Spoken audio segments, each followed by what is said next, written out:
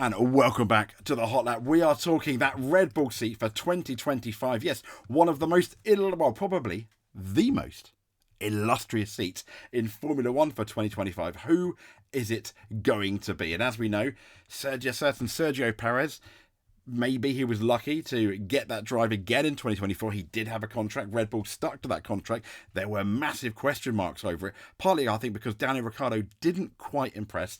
And they weren't that confident in Tsunoda either. And there was no one else. So he stayed for 2024. But who is going to be the favourites come the 2025 seats? And this is kind of inspired by an article on planetf1.com over who they think is going to be. And their favourite is one of our favourites, but I wouldn't say the favourite. And no surprise, yes, hello, welcome, Sergio Perez. Now, as we know, his contract does come to an end next year. However, as it stands, he's doing what he needs to do. He had that solid start, 2 second places, first of all, at Bahrain and then Saudi Arabia. Australia, okay, that was fairly an outlier. He had a grid penalty, maybe not necessarily his fault. That was miscommunication from his pit wall. However, despite that, he didn't quite lose his head. It was a fairly solid race when you consider the tear-off. It wasn't setting the world alight, I don't think, in hindsight. He was one of our losers for the race, which I feel a tiny bit bad. Not greatly, but a tiny bit. When he passed Fernando Alonso, he got that tear-off stuck in his floor, and that sapped his downforce. But praise from Helmut Marko. Indeed, he said Sergio didn't drive a bad race, on the contrary. So there's a plus when it's Helmut Marko talking about Sergio Perez. And Horner also said, though, it's too early in the year to be talking about the second Red Bull seat. Oh, no, it's not. I don't think it is. But Planet F1 are suggesting that the signs are good, that Perez has mentally reset from his troubled 2023. And if he can unlock some of that consistency, there's no reason to believe that Red Bull would think about looking elsewhere. Unless they say Verstappen leaves, you need to find a Verstappen successor, or he starts to go Sergio Perez 2023. So they're suggesting that, to a certain extent, I think it is still Perez's to lose. It's in his hands because we know he can be good. It's just that consistency and being close to max that could potentially be the issue. So who is going to be who's the second favourite for planetf1.com? And I'd argue he's equal up there with Sergio Perez. And it's this man, yes, the Australian Grand Prix winner, Carlos Sainz. So far, the only man to defeat Red Bull this year and last year.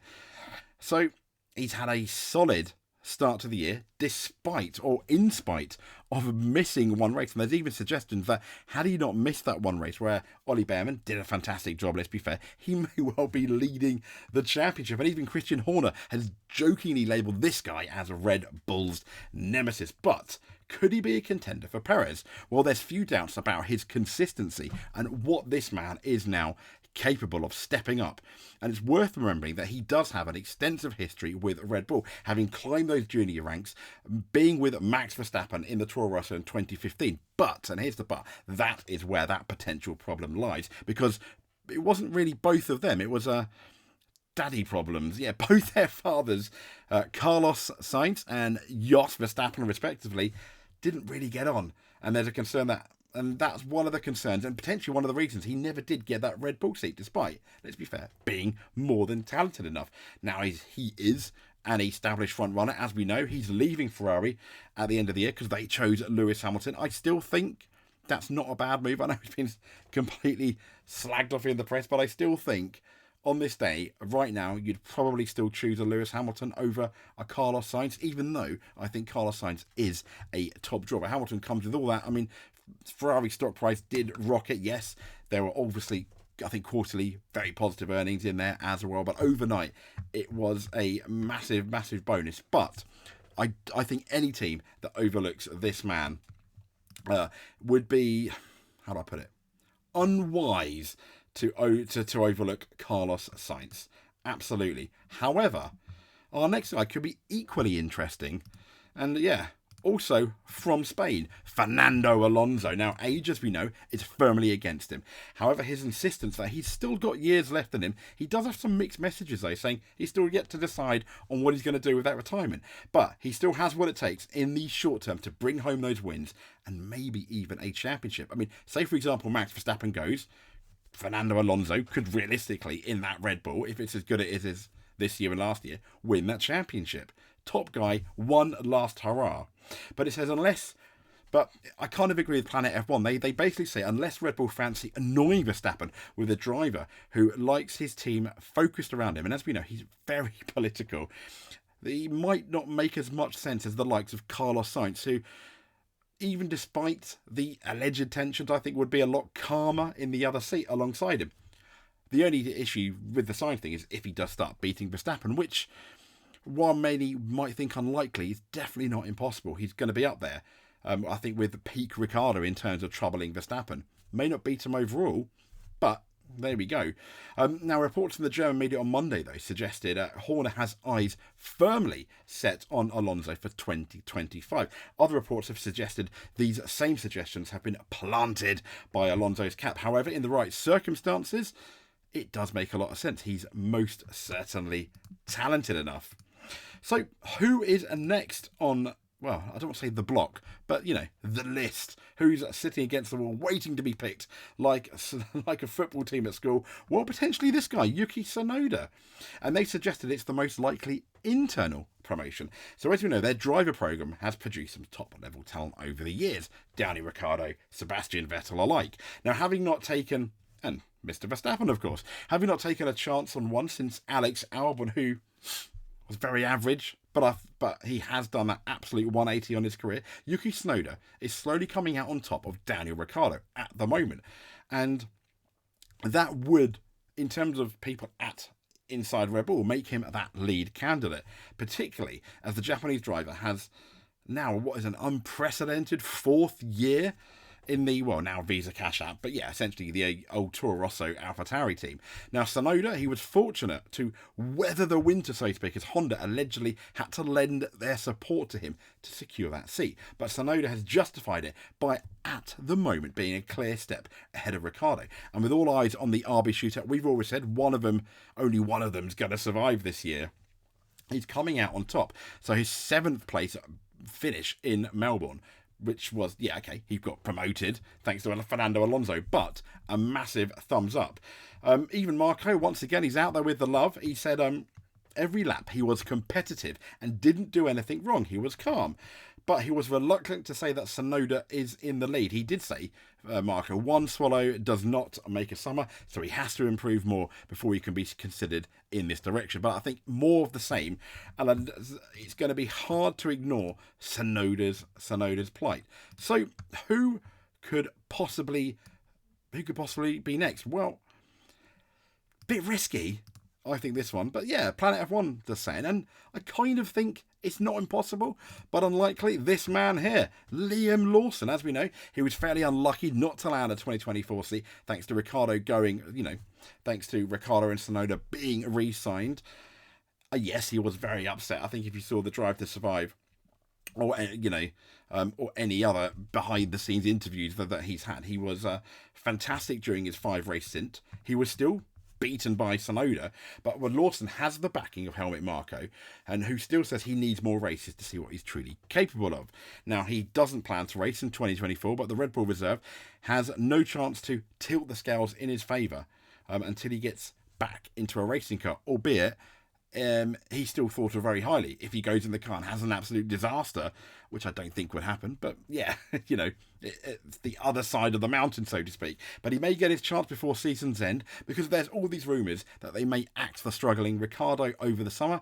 I don't think that's going to happen, really, but you never know. And Red Bull has done this in the past, as we know, with other drivers. Hello, Nick de Vries, Danny Kvyat, Pierre Gasly.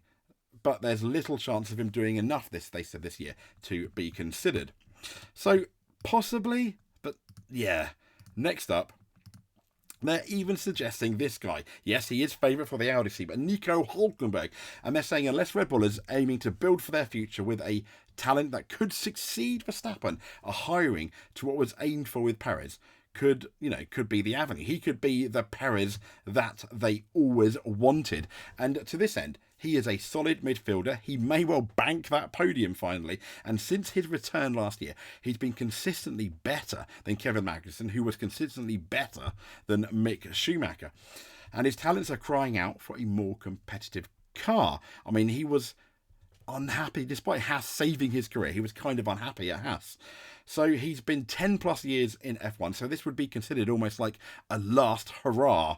Could he get a win? Could he? I think a podium is almost a given then at that point. But Nico Hulkenberg.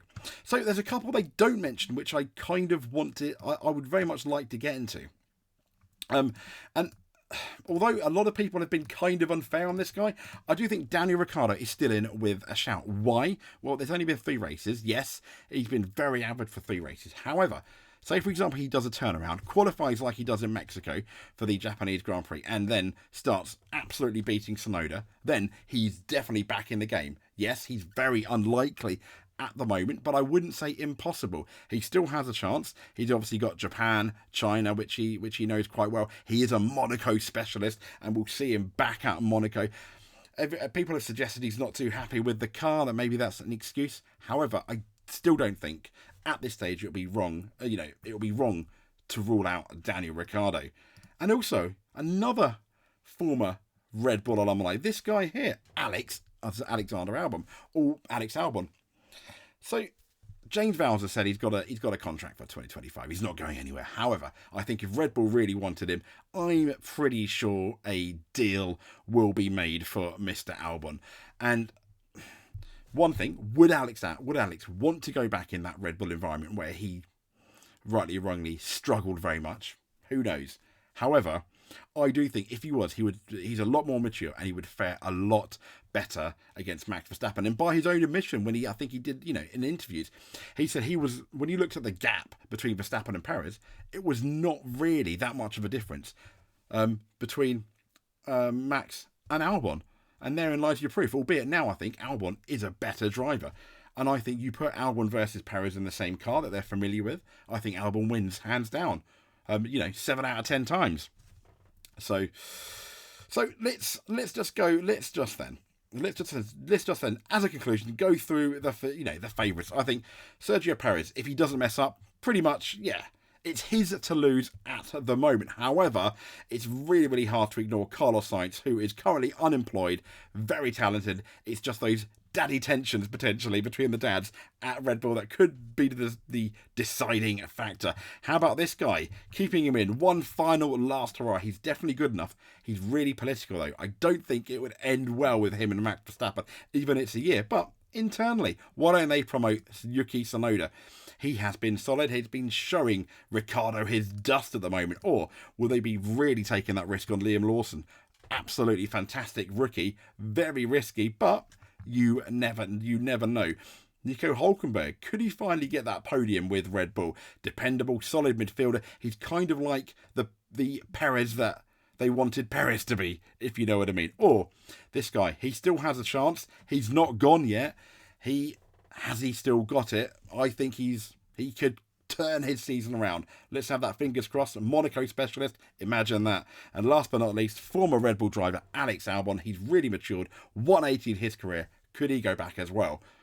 We'll see. I think none of them are you can completely rule out. If you made it to the end, please like and subscribe. That would be amazing.